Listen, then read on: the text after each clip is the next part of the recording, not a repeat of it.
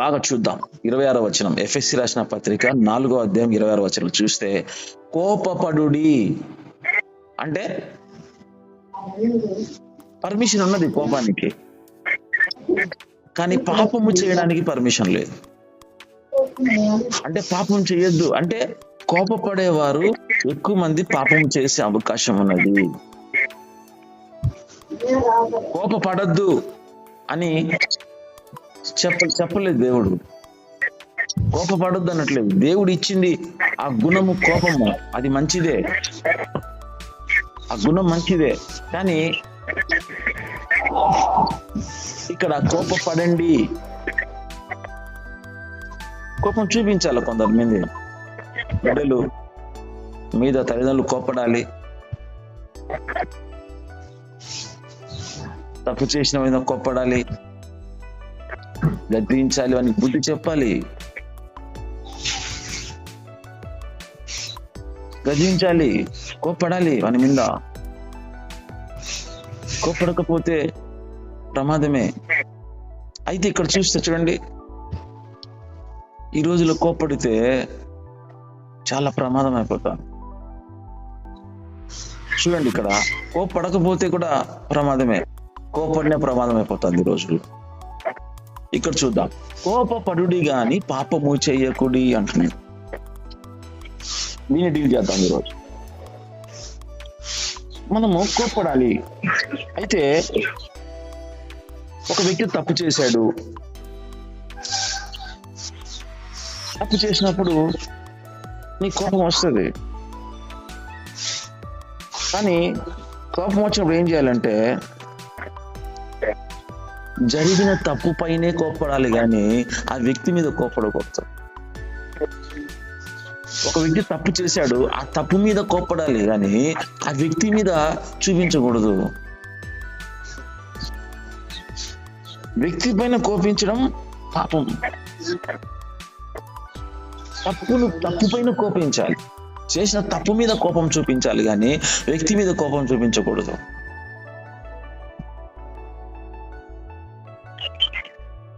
బాగా జ్ఞాపకం చేసుకోండి, బాగా ఆలోచన చేద్దాం ఈరోజు. అంటే ఒక వ్యక్తి కీడు చేశాడు అనుకుందాం. కీడు చేసిన వారిని క్షమించాలి కంపల్సరీగా, కానీ అతని పైన కోప్పడకూడదు. ఈ మాటలు జాగ్రత్తగా వినాలి. కీడు చేశాడు ఒక వ్యక్తి, నీకు వాడిని క్షమించాలి, కానీ అతని పైన కోప్పడకూడదు. ఈ రెండు విషయాలు బాగా చూద్దాం. అదేంటంటే, నా కీడు చేసిన ఆ వ్యక్తిని అయితే ఆ వ్యక్తి మీద నేను ఎందుకున్నా, కీడు మీద కోపడు,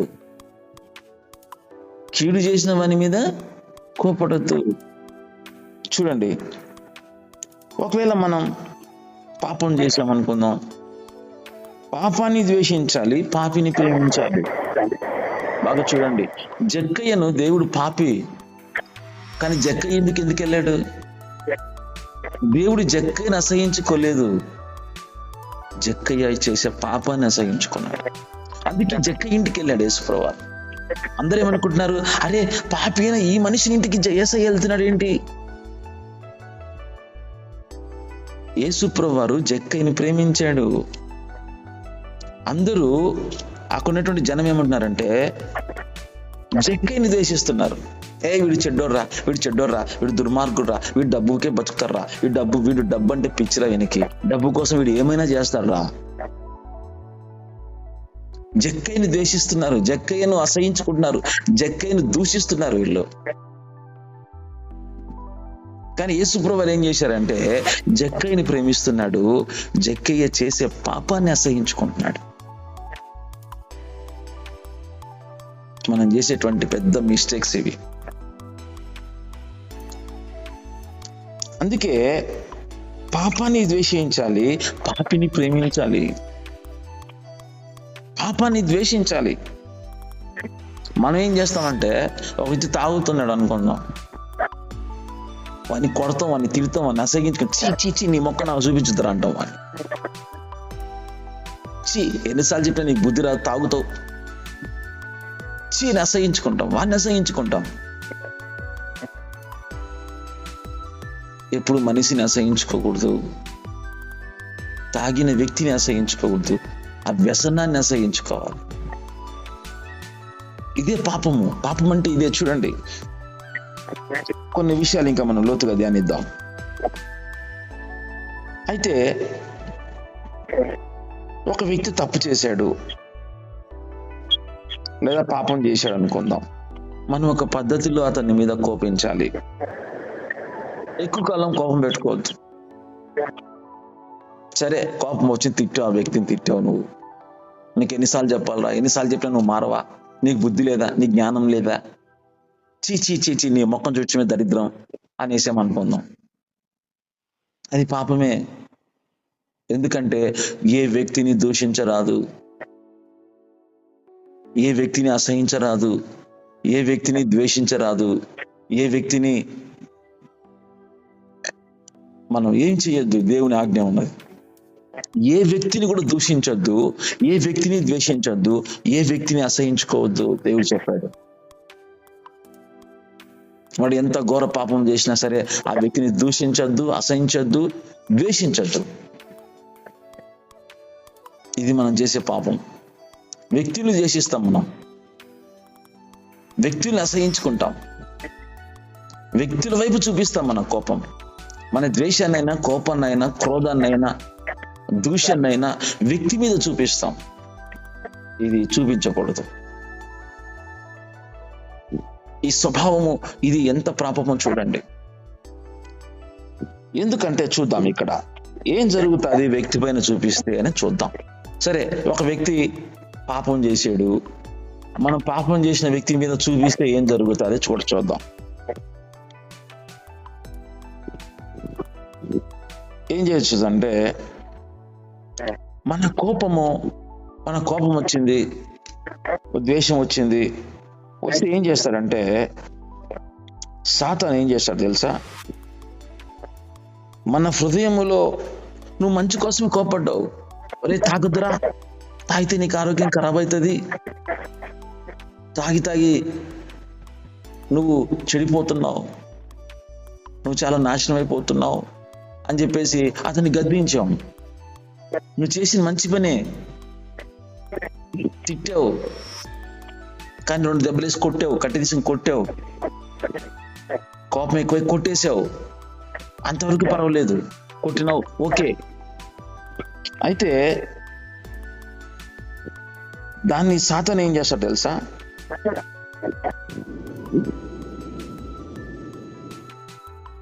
పాపము కోసం వాడుకుంటాడు. నువ్వుతో పాపము చేయించడానికి వాడుకుంటాడు సాతాను. నువ్వు మంచి చేయడానికి కోప్పడితే సాతాను దాన్ని పాపము చేయడానికి వాడుకుంటాడు.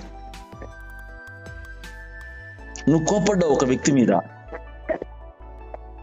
నువ్వు మంచి కోసం కోప్పడ్డావు, కానీ సాతాను ఏం చేస్తుంది తెలుసా? దాన్ని పాపము చేయడానికి దాన్ని వాడుకునే అవకాశం ఉన్నది. నిత్యం ప్రయత్నం చేస్తూ ఉంటాడు. ఎలా పాపం చేస్తాం చూద్దాం. ఎలా పాపం చేస్తాం అది కూడా చూద్దాం. ఎలా సాతాను వాడుకుంటాడు. ఒక వ్యక్తి మీద నీ కోపం వచ్చింది, కోపం వచ్చినప్పుడు ఆ వ్యక్తిని తిట్టావు, 2 దెబ్బలు వేసావు. వేసినప్పుడు ఆ వ్యక్తి నీకు వ్యతిరేకంగా మాట్లాడతాడు. ఆ వ్యక్తి ఏం చేస్తాడు? నీకు వ్యతిరేకంగా మాట్లాడతాడు. ఎందుకంటే వాడు పాపంలో ఉన్నాడు, ఖచ్చితంగా వాడు పాపం చేస్తున్నాడు. కానీ పాపం చేస్తున్నాడు, పాపంలో ఉన్నాడు, ఖచ్చితంగా వాడు ఏం చేస్తాడంటే నీకు వ్యతిరేకంగానే మాట్లాడతాడు. అప్పుడు నువ్వేం చేస్తావంటే వానికి వ్యతిరేకంగా నువ్వు మాట్లాడతావు. చూడండి, సాతాను ఏం చేస్తాడు? దాన్ని ఒక వ్యక్తికి వ్యతిరేకంగా మాట్లాడడం అనేది మొదలు పెడతాం. మనం మొదలు పెడతాం, పలానా వ్యక్తి అన్నాడు, నన్నే ఒక వ్యక్తి అన్నాడు అనుకుందాం, ఆ సేవకుడు మంచోడు కాదండి అన్నాడు అనుకున్నాను. ఏం చేస్తా, వాడు మంచోడులే, వాడు చేసేది నాకు తెలియదా, వాడు ఇట్లటోడు, వాడు అట్లటోడు, వీటట్లటోడు అని చెప్పేసి వాడు ఏం చేశాడు తెలుసా అని చెప్పేసి అన్నీ చెప్పేస్తాం. వాని చరిత్ర అంతా చెప్పేస్తాం. వాని చరిత్ర మొత్తం చెప్పేస్తాం. అంటే ఒక వ్యక్తికి వ్యతిరేకంగా అన్ని మాట్లాడేస్తాం. ఇదే సాతాను పని చేస్తున్నాడు. వ్యతిరేకంగా విరోధముగా మాట్లాడొద్దు అంటే పాపం చూడండి ఎట్లా పనిచేస్తుందో. చూడండి బాగా గమనించండి. మనం మొదటగా పాపం సాతాను ఏం చేస్తాడంటే ఆ వ్యక్తికి వ్యతిరేకంగా మాట్లాడిస్తాడు. ఇప్పుడు ఏం జరుగుతుంది చూద్దాం. ఒక వ్యక్తి ఇప్పుడు నీ గురించి 2 చెడ్డ మాటలు చెప్పిండు అనుకుందాం. నువ్వేం చేస్తావంటే నువ్వు మనసులో పెట్టుకొని ప్రార్థన చేయలేవు, దేవునికి చెప్పవు. ప్రభా నా గురించి వ్యక్తి ఇలా అంటున్నాడు ప్రభా వాడిని క్షమించు, వాని మనసు మార్చు అని దేవునికి చెప్పాలి నువ్వు. కానీ మనం దేవునికి చెప్పాము. దేవునికి చెప్తాం కానీ మనం ఏం చేస్తామంటే అతని గురించి ఇతర వ్యక్తులకు చెప్పేస్తాం. అంటే ఫస్ట్ మనలో సాతాను పని చేస్తున్నాడు, అతని గురించి వ్యతిరేకంగా ఉన్నవన్నీ చెప్పేస్తాం. ఇక విన్నవారు ఏం చేస్తారు చూడండి. విన్నవారు కూడా పాపం చేస్తారు. చెప్పినవాడు పాపం చేస్తాడు, విన్నవాడు కూడా పాపం చేస్తాడు. విన్నవాడు ఏం చేస్తాడు తెలుసా చెప్పండి. విన్నవారు ఏం చేస్తారంటే ఈ మాటల్ని ప్రచారం చేసేస్తారు.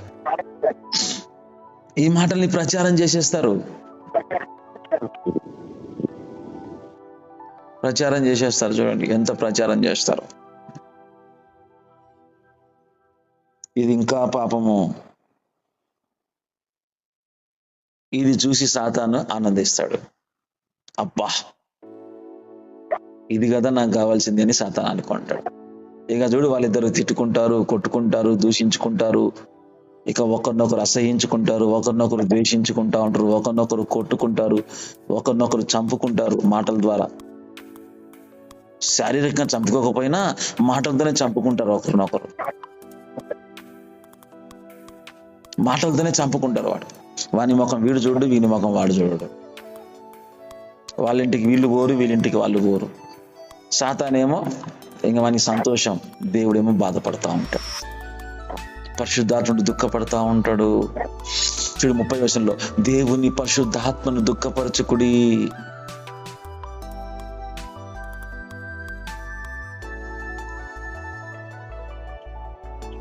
పరిశుద్ధాత్మను దుఃఖపరచకుడి. దుష్టుని సాతాను సంతోషపడుతూ ఉంటాడు, పరిశుద్ధాత్మ దుఃఖపడతా ఉంటాడు. ఎందుకు?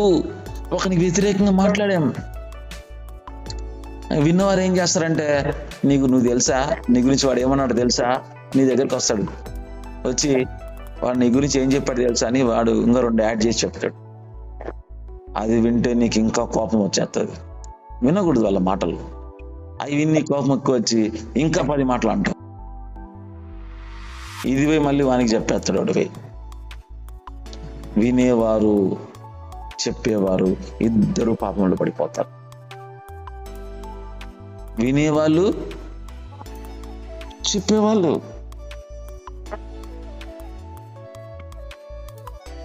అంటే ఇప్పుడు ఏమైపోద్ది అంటే ఇంకా ఒకరి గురించి ఒకరు చెడ్డగా మాట్లాడుకుంటాం, ఒకరినొకరు తిట్టుకోవడం, ఒకరినొకరు కొట్టుకోవడం. ఈ ఒక సంఘంలో ఎక్కువ పనిచేస్తాయి. సంఘంలో ఎక్కువ పనిచేస్తాయి. సంఘాన్ని విడగొడతాయి. సంఘాన్ని విడగొట్టే బలమైన ఆయుధం ఇదే. కాబట్టి ఇతరులను గురించి తప్పుగా మాట్లాడడం కాదు, తప్పుగా మాట్లాడము కూడకూడదు. ఆ మాటలు వినడం కూడా పాపమే. ఎందుకు? ఆ మాటలు విన్నాం అనుకోండి సాతాను నీలోకి ప్రవేశిస్తుంది. చెప్పండి, తప్పుగా మాట్లాడమే పాపం కాదు, వినడం కూడా పాపమే. వింటే నువ్వేం చేస్తావు? ప్రచారం చేస్తావు. వింటే నువ్వేం చేస్తావు? వాడు చేసిన పాపాన్ని, వాడు అన్నే మాటలని నువ్వు చెప్తావు కదా. వాడు చెప్పేసి వదిలేసాడు. వాడు ఏం చేశాడు? అన్ని నీ గురించి చెప్పేసి వదిలేశాడు. ఇక వదిలేసిందని నువ్వు పట్టుకుంటున్నావు. వదిలేసిందని నువ్వు పట్టుకొని నువ్వు ప్రచారం చేస్తున్నావు. అందుకే వినకపోవడమే మంచిది. వినడం కూడా పాపమే. ఇతరులను గురించి మనం చెడు మాట్లాడకూడదు. అది సత్యమే అయినా సరే, అబద్ధమైనా సరే. అది సత్యం కావచ్చు, అబద్ధం కావచ్చు.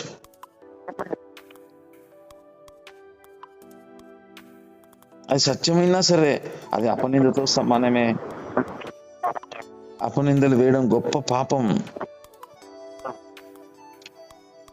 నిందలు వేయడం గొప్ప పాపం. నిందలు వేయొద్దు, వ్యతిరేకంగా మాట్లాడొద్దు. ఇవి సంఘాల్లో ఎక్కువ జరుగుతాయి, కుటుంబాల్లో ఎక్కువ జరుగుతుంటాయి. మనం చేసేటువంటి మేజర్ మిస్టేక్స్ అవి.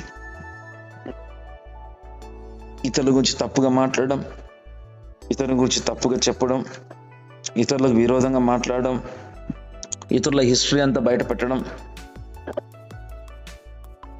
చూడండి, యేసుప్రభు దగ్గరికి ఒక స్త్రీని తీసుకొని వచ్చారు.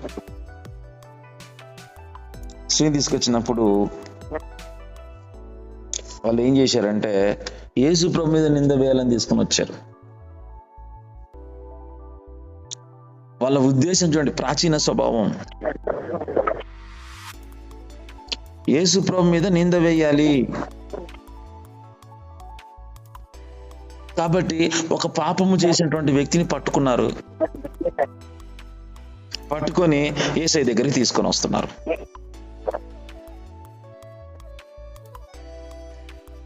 తీసుకొని వచ్చి, యేసయ్య వాక్యం ఏం చెప్తుంది,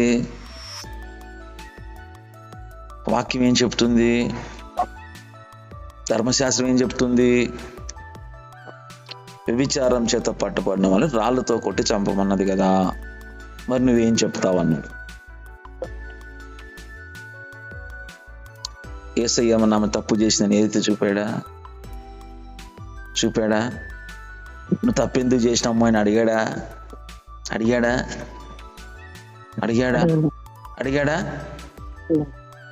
అడగలేదు. నువ్వు తప్పెందుకు చేసినావు అని అడగలేదు. తప్పు చేసిన వాడిని తీసుకొచ్చిన వాళ్ళని మీద ఏం చేస్తున్నాడు చూడండి. చూద్దాం, వాక్యంలోకి వెళ్దాం. యోహాను సువార్తలోకి వెళ్దాం ఒకసారి. అంటే పాపం గురించి చూడండి, యేసుప్రభు వారు అనుసరించిన విధానం, ఆయన ఎలా మాట్లాడాడు, ఏ విధంగా ఆ స్త్రీ డీల్ చేశాడో చూద్దాం. మనమైతే మొత్తం ఊరంతా ప్రచారం చేసేస్తాం,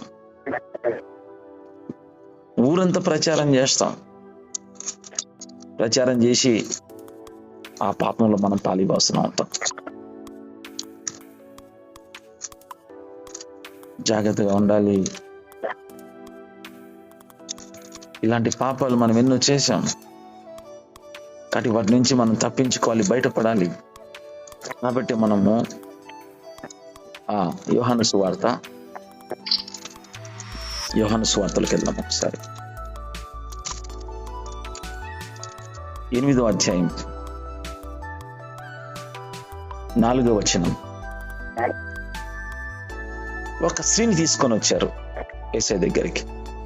వచ్చి ఏమన్నారు, బోధకుడా, ఈ స్త్రీ వ్యభిచారము చేయుచుండగా పట్టబడెను, అట్టి వారిని రాళ్లతో రువి చంపవలని ధర్మశాస్త్రంలో మోసే మనకు ఆజ్ఞాపించను కదా, అయినను నీవేమి చెప్పుచున్నావు అని ఆయన అడిగిరి.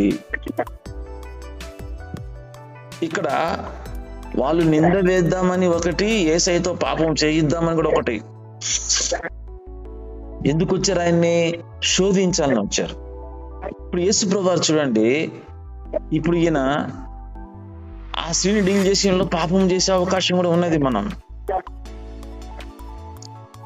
ఇప్పుడు ఈ స్త్రీని పట్టుకొచ్చినప్పుడు యేసయ్య ఏమంటున్నారంటే, ఆయనను నువ్వేమి చెప్పుచున్నావు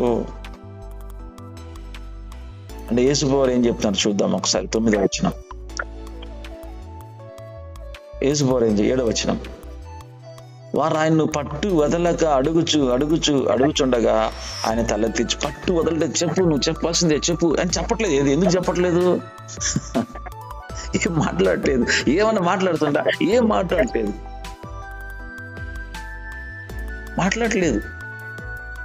తప్పు చేసిన ఆమె నిలదీసి అడగటం లేదు. నిలదీసి అందరి ముందు అడిగాడా?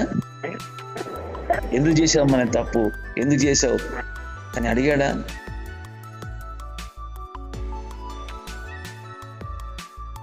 చూడండి, అంటే అందుకే ఆయన అన్నాడు, నాలో పాపం ఉన్నదని మీలో ఎవడు నిరూపించగలడు? అడిగాడా? బుద్ధి ఉంది, నువ్వు పాపం ఎట్లా చేస్తావు అని అడిగాడా? అడగలేదు.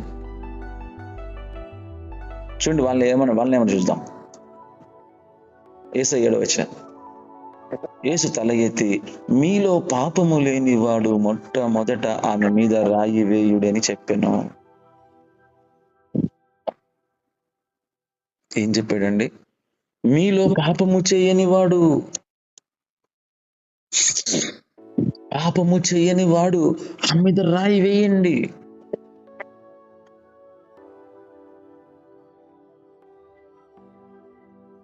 ప్రతివాడు పాపం చేసేవాడే. చూడండి, ప్రతివాడు పాపం చేసినవాడు, పాపం చేయనివాడు ఎవరు లేడు, అందరూ పాపం చేసిన వాళ్ళే. కానీ వీళ్ళేం చేస్తారు? ఎదుటి వాని మీద చేసిన పాపాన్ని ఎత్తి చూపుతున్నారు. చూడండి,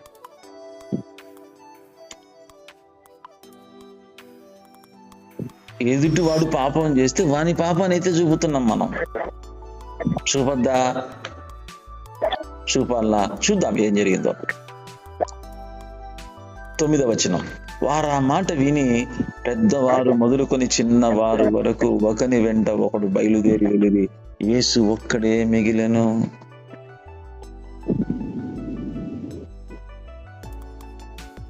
అంటే అర్థం ఏంటి? ఆమె మీద నేరం మోపడము అనేది యేసుప్రభువు వారు ఎవరికి అవకాశం ఇవ్వలేదు, ఎవరిని ఉంచలేదు. ఎవరు ఉంచలేదు, ఉండరు కూడా. ఒక్కరు నిలబడలేదు, ఒక్కరు నిలబడ్డాడు ఆయన యేసుప్రభువు వారు. హల్లెలూయా. చూడండి, అప్పుడు యేసుప్రభువు అంటాడు, అమ్మా వారు ఎక్కడున్నారు?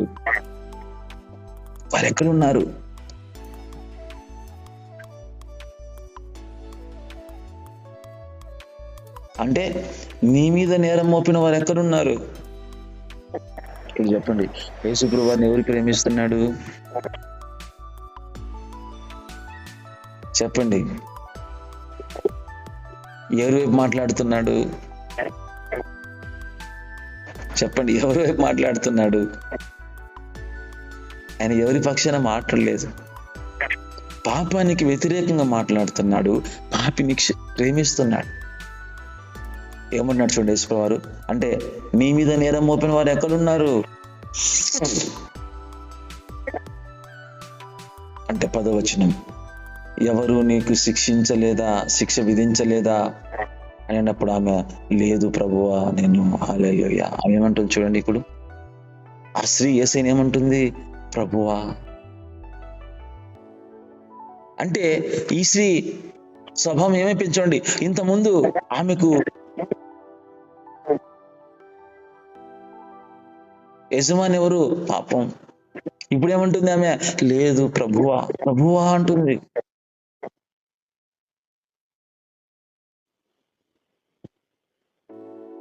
స్వభావం మారిపోయింది. చూడండి, లేదు ప్రభువా. అప్పుడు అన్నాడు, నేను నీకు శిక్ష విధించను, నీకు విధించను. అదేంటది? ఆమెకి ఎందుకు విధించలే? ఆయన మనిషికి శిక్ష విధించడండి, వ్యభిచారానికి శిక్ష వేస్తాడు. ఇది ఎలా సాధ్యం? ఆయన మనిషిని పాపమును వేరు చేసి చూస్తాడు.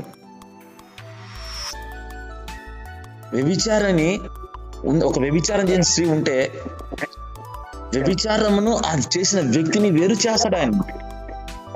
కలిపి చూడడు, మనం కలిపి చూస్తాం.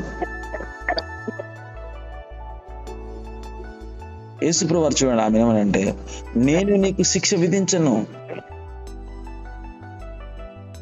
నీవు వెళ్ళి ఇక పాపము చేయొద్దు అని ఆమెతో చెప్పాను. చూసారా, పాపము చేసిన స్త్రీతో దేవుడు ఒంటరిగా మాట్లాడుతున్నాడు. ఒంటరిగా అందరి ముందు అన్నాడా? అందరి ముందు మాట్లాడా? నువ్వు పాపం చేశావు అని ఆమె ఒక్కటే, నువ్వు పాపం చేయొద్దు. అందరి ముందు ఆ మాట అన్నాడా ఇక పాపం చేయొద్దని?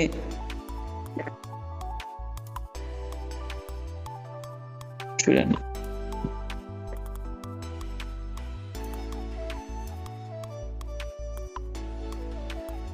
వీళ్ళు ప్రచారం చేస్తారు, మళ్ళీ లేకపోతే ఎవ్వరు లేరు అక్కడ.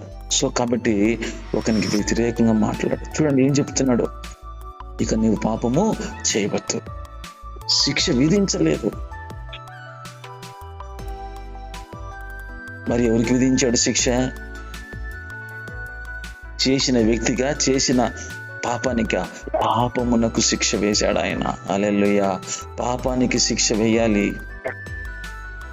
పాప స్వభావానికి శిక్ష వేయాలి. చెప్పండి, ప్రాచీన స్వభావానికి శిక్ష వేయాలి. శిక్ష దేనికి వేయాలంటే నాలో ఉండే ప్రాచీన స్వభావానికి వేయాలి. దానికి శిక్ష వేస్తేనే అది నవీన స్వభావంగా మారుతుంది. ప్రాచీన స్వభావానికి శిక్ష వేయకుండా మనిషికి వేస్తే ఏమైందంటే ప్రాచీన స్వభావం మారదు, అది చచ్చిపోదు. మనిషి చచ్చిపోతాడు కానీ ప్రాచీన స్వభావం చచ్చిపోదు. పాపము చంపాలి అంటే పాపిని చంపకూడదు, పాపాన్నే చంపాలి. పాపిని చంపితే పాపం చనిపోదు, పాపి చచ్చిపోతాడు. పాపము చేసిన వ్యక్తి చచ్చిపోతాడు, పాపము చచ్చిపోదు. కాబట్టి యేసుప్రభువు వారు ఏం చేశారంటే సిలువలో చూడండి, పాపమునకు శిక్ష వేశాడు. శిక్ష వేసి పాపము నుంచి మనిషిని తప్పించాడు. ఆమెను చూడండి, వాళ్ళ చేతిలో నుంచి విడిపించి, ఆ పాపంలో నుంచి విడిపించి ఆమెను రక్షణ ఇచ్చాడు. హల్లెలూయా. దేవుడు చేసేటువంటి రక్షణ ఇది. కాబట్టి యేసుప్రభువు వారు దేనికి శిక్ష వేయాలంటే మనం ప్రాచీన స్వభావానికి శిక్ష వేయాలి. పౌలు అంటాడు చూడండి, ఏమంటాడు చూద్దాం. చెప్పండి, దేనికి శిక్ష వేయాలి? మనం దేనికి శిక్ష వేసుకోవాలి? మనలో ఉండే ప్రాచీన స్వభావానికి శిక్ష వేయాలి. పౌలు అంటాడు చూద్దాం ఒకసారి, రోమీయులకు రాసిన పత్రిక, ముగించేస్తున్నాను. రోమీయులకు రాసిన పత్రిక 6వ అధ్యాయము 6వ వచనం. ఏమనగా మనము ఇకను పాపమునకు దాసులు కాకున్నట్లు పాప శరీరము నిరర్ధకమగునట్లు మన ప్రాచీన స్వభావం ఆయనతో కూడా సిలువ వేయబడిన ఎరుగుదుము. చనిపోయిన వాడు పాప విముక్తులని తీర్పు పొంది ఉన్నాడు. అంటే మన ప్రాచీన స్వభావము సిలువ వేయబడాలి, మన ప్రాచీన స్వభావం చంపాలి. మరలా స్వభావానికి మనము దాసోహం కావద్దు. ఇప్పుడు నీలో ప్రాచీన స్వభావం ఉన్నది, అది చచ్చిపోయిందా, మరి తిరిగి బతుకుతుందా? ప్రాచీన స్వభావం చచ్చిపోయింది, అది బ్రతికే అవకాశం ఉన్నది. మళ్ళీ గోధుమ మీద చచ్చిపోతే విస్తారంగా ఫలిస్తుంది. అలాగే ప్రాచీన స్వభావం చనిపోతే మళ్ళీ ఏమవుతుంది తెలుసా? అది మళ్ళీ బ్రతికే అవకాశం ఉన్నది, అది తిరిగి బ్రతుకుతుంది. అందుకే మనం చూడండి సిలువ వేయబడాలి. అందుకే పౌలు అంటాడు చూడండి, ఏమంటాడు చూద్దాం. గలతీ రాసిన పత్రిక 2వ అధ్యాయము 19వ వచనం. నేనైతే దేవుని విషయమై జీవించిన నిమిత్తము ధర్మశాస్త్రం వలన ధర్మశాస్త్రం విషయమై చచ్చిన వాడును. ధర్మశాస్త్రం వలన ధర్మశాస్త్రం విషయమై చచ్చిన వాడును. నేను క్రీస్తుతో కూడా సిలువ వేయబడ్డాను. చూడండి, చచ్చిన వాడు అని ఏమన్నాడు? ధర్మశాస్త్ర విషయమై చచ్చిన వాడనైతిని. ధర్మశాస్త్రం వలన ధర్మశాస్త్ర విషయమై చచ్చిపోయాడు. చంపాలి, దీన్ని చంపాలి. ఇక్కడ ప్రాచీన స్వభావాన్ని చంపకపోతే, అంటే ఒక విత్తనము చచ్చిపోతే నూతనమైనటువంటి మొలక ఎలాగ వస్తుందో, ఆ ప్రాచీన స్వభావంలో ఏది పనిచేస్తుంది? కోపమా, పాపమా, ద్వేషమా, అసూయ, వ్యతిరేక మాట్లాడమా, మోసం చేయడమా, అబద్ధాలాడమా, అవిధేయతనా? ఏవి పనిచేస్తున్నాయి నీ ప్రాచీన స్వభావంలో? వాటిని ఒక్కొక్కటి చంపడానికి చంపాలి. చంపాలంటే ప్రార్థన కావాలి, చంపాలంటే దేవునితో వ్యక్తితో కూర్చోవాలి, చంపాలంటే దేవుని ఆత్మ సహాయం కావాలి. నీకే నువ్వు చంపలేవు. చూడండి, నాకే నేను చంపాలంటే ఒక వ్యక్తి 40 రోజులు ఫాస్టింగ్ ప్రేయర్ పెట్టుకున్నాడంట. కోపం చేయొద్దు, పాపం చేయొద్దు, అబద్ధాలు ఆడొద్దు, దేవునితో ఎక్కువ గడపాలి. 40 రోజులు ఫాస్టింగ్ పెట్టుకున్నాడు. 40 రోజులు అయిపోయింది. ఆ 40 రోజులు ఎంతో కష్టంగా, నిష్టగా పాటించాడు. ఆ 40 రోజుల ఎఫెక్ట్ ఒక వారం పనిచేసింది. ఎంతో కష్టపడి నిష్టగా ఉన్నాడంట. తిరిగి 50 రోజు మళ్ళీ మొదలైనవి అన్ని, ఒక్కొక్కటి అన్ని వస్తున్నాయి. కోపం వస్తుంది, పాపం వస్తుంది, ద్వేషం అన్ని వచ్చేసినాయి. అవి మళ్ళీ వచ్చేస్తాయి. అందుకనే చూడండి, ప్రాచీన స్వభావము సిలువ వేయబడాలి. క్రీస్తుతో కూడా సిలువ వేయబడాలి. దాన్ని చంపకపోతే అది మళ్ళీ మొదలుతాయి. దానికి దాసులం అయిపోతాం, తిరిగి పాపంలో పడిపోతాం, తిరిగి పాపం చేస్తాం. ఇవి క్రైస్తవులు చేసే పాపాలు, అన్యులు చేసే పాపాలు కాదు. ఇవన్నీ క్రైస్తవులు చేసేటువంటి పాపాలు. వీటికి కొంతమంది ఇంపార్టెన్స్ ఇవ్వరు. అంతా దేవుడే చూసుకుంటారని వదిలేస్తారు. కొంతమంది అంతా దేవుడే చూసుకుంటారు, నాకెందుకని అనేస్తారు. కొంతమంది వాటిని పెద్ద పట్టించుకోరు. లేదు, దేవుని వాక్యం చెప్తుంది.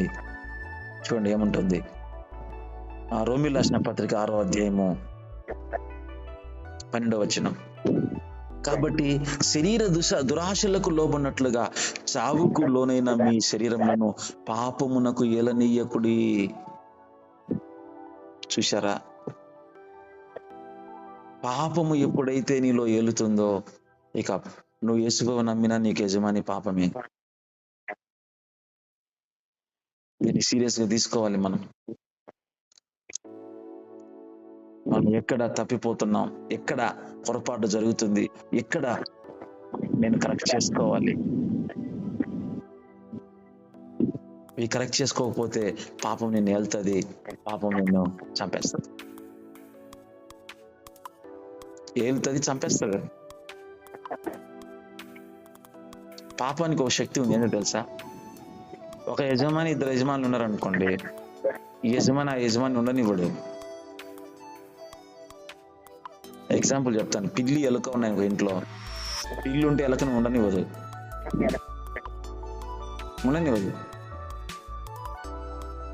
అలాగే సాతానీలో ఉంటే దేవుని ఉండనివ్వడు. వాడు దేవుని నుంచి నిన్ను దూరం చేస్తూ ఉంటాడు. దేవుని నుంచి నేను అన్ని విషయాల్లో దూరం చేస్తా ఉంటాను. అందుకే ప్రాచీన స్వభావంలో అబద్ధాలు ఆడడం, మోసం చేయడం, పాపం చేయడం, కోపపడడం, దూషించడం, ఒకరికైనా ఒక వ్యతిరేకంగా మాట్లాడుకోవడం, విరోధంగా మాట్లాడడం, సనగడం, గొనగడం, ఒక వ్యక్తి గురించి తృణీకరించడం, మాట్లాడితే ఆ వ్యక్తి మీ దగ్గరే మాట్లాడు, ఆ వ్యక్తి దగ్గర కూడా నువ్వు మాట్లాడకూడదు, జనాల ముందు కూడా మాట్లాడకూడదు. ఒక వ్యక్తి గురించి ఆ వ్యక్తి లేనప్పుడు అనేక ముందు మాట్లాడకూడదు.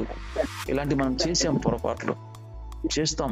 కాబట్టి చేసినప్పుడు పొరపాటు నాకు క్షమించి ప్రభువా, నాకు క్షమించు. ఎందుకంటే వాళ్ళ పాపంలో మనం పాలిభాసులు అవుతాం, వాళ్ళకేసే శిక్షలో మనకు శిక్ష. ఎందుకంటే దాన్ని ప్రచారం చేస్తాం. కళ్ళు మూసుకొని ప్రార్థన చేద్దాం. హల్లెలూయా. తండ్రి, మా ప్రాచీన స్వభావం మారాలి. మా ప్రాచీన స్వభావం సిలువ వేయబడాలి. మా ప్రాచీన స్వభావం చచ్చిపోవాలి. క్రీస్తు నాలో జీవించాలి. తండ్రి, నడిపించయ్యా, నడిపించు నాయన. నాలో నివసించు తండ్రి. నాలో ఉండే పాప స్వభావం తొలగించు. నవీన స్వభావం నాకు అనుగ్రహించు. దినదినము నాలో నవీన స్వభావం రావాలి తండ్రి. యేసయ్యా నీకు వందనాలు చెల్లిస్తూ ఈ వాక్యం వింటున్న ప్రతి బిడ్డను మీరు జ్ఞాపకం చేసుకో. మాలో నవీన స్వభావము రూపాంతరము చెందాలి. ఇటు కృప మాకు దయచేయమని యేసు నామములో ప్రార్థన చేస్తున్నాము తండ్రి. ఆమేన్.